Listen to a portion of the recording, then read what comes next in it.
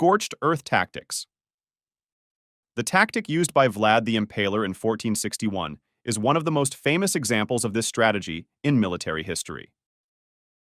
In 1461, Vlad the Impaler was the ruler of Wallachia.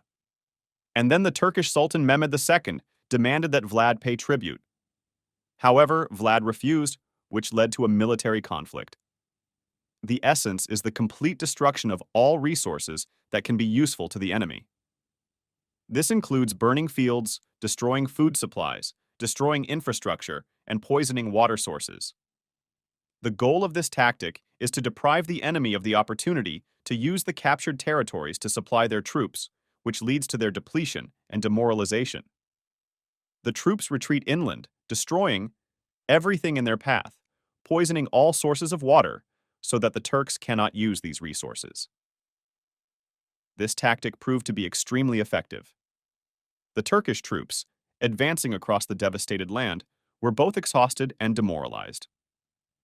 When the Turks approached the capital of Wallachia, they saw a terrifying sight: thousands of Turkish prisoners impaled. Therefore, Vlad the Impaler's Scorched Earth tactics are a prime example of how determination and brutality can be used to defend one's land. Bluffing tactics. The tactics used by Fritz Klingenberg in 1941 are one of the most amazing examples of military cunning and psychological warfare. In 1941, Nazi Germany launched the Balkan Campaign, seeking to seize Yugoslavia and Greece. Klingenberg, commander of the 2nd Company of the 2nd SS Motorcycle Reconnaissance Battalion of the Reich Division, was given the task of advancing towards Belgrade, the capital of Yugoslavia. The essence of the tactics was the use of deception and threats to achieve military objectives without the use of force. In the course of the advance towards Belgrade, Klingenberg and his detachment of 7 men were far ahead of the main force. On the way to Belgrade, Klingenberg's group captured 2 trucks and a bus with 20 Serbian soldiers, who surrendered without firing a shot.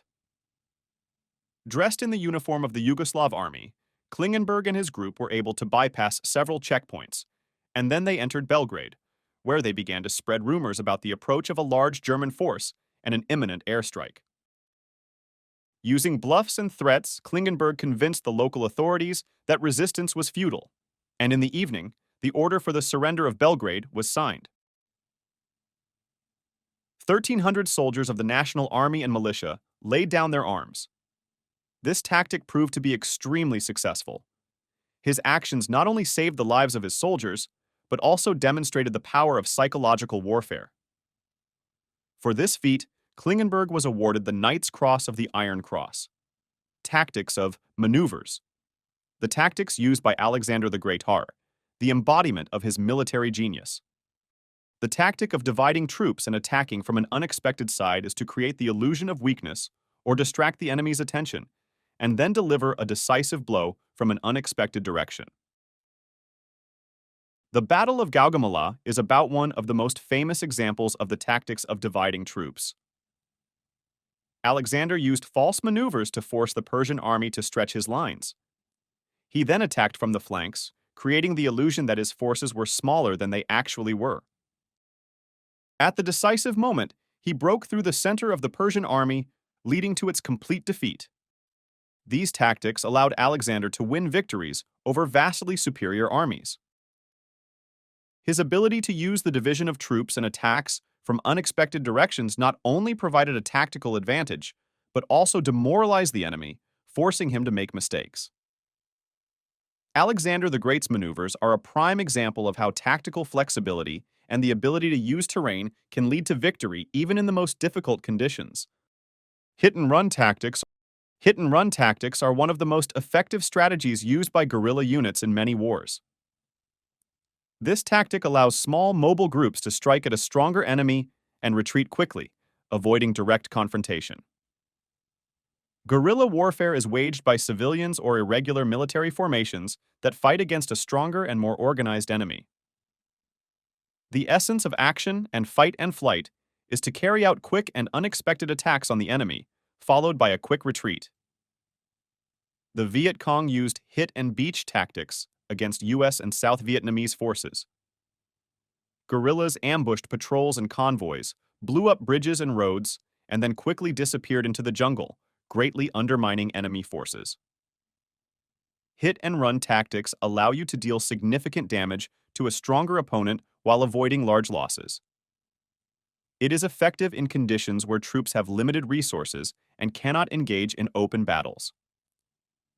Therefore, the fight-and-flight tactic is a powerful tool in the arsenal of guerrilla wars. It demonstrates how small but determined groups can successfully counter a stronger enemy using cunning, mobility, and knowledge of the terrain. Tactics of the Phalanx. Tactics of the ancient Greeks, which is one of the most famous and effective military strategies in history. The phalanx was the main battle formation of the Greek infantry, especially during the period of classical Greece. This formation was used in various Greek states, including Sparta, Athens, and Macedonia. The essence of tactics is formation. A complete formation of warriors in several ranks, armed with long spears and large shields. The warriors stood shoulder to shoulder, forming an impenetrable wall of shields and spears. The spears used in the phalanx were significantly longer than those of most opponents, which made it possible to attack without leaving the formation. The phalanx moved as a single unit, which made it possible to deliver powerful blows to the enemy. Tsar Leonidas, I held a narrow pass against a vastly superior Persian force. The tight formation and discipline of the Spartans allowed them to hold off the enemy for several days. The phalanx tactics of the ancient Greeks allowed the Greek forces to win victories over numerically superior opponents. The tight formation and long spears made the phalanx almost impenetrable to enemy infantry and cavalry. Tactics of the Cavalry Wedge.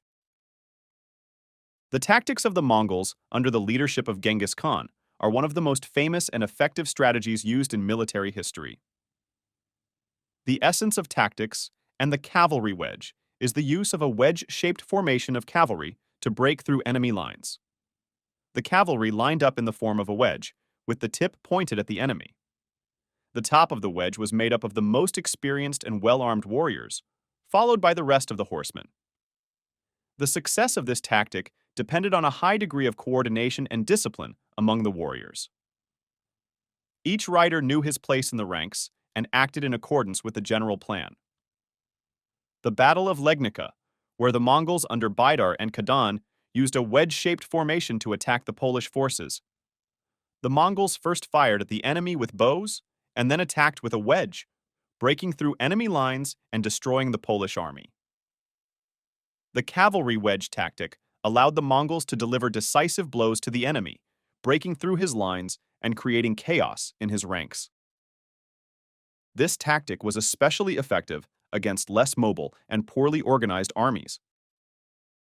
The tactics of the cavalry wedge of the Mongols under the leadership of Genghis Khan are a vivid example of how innovations in military affairs and the skillful use of mobility can lead to victory even over numerically superior opponents.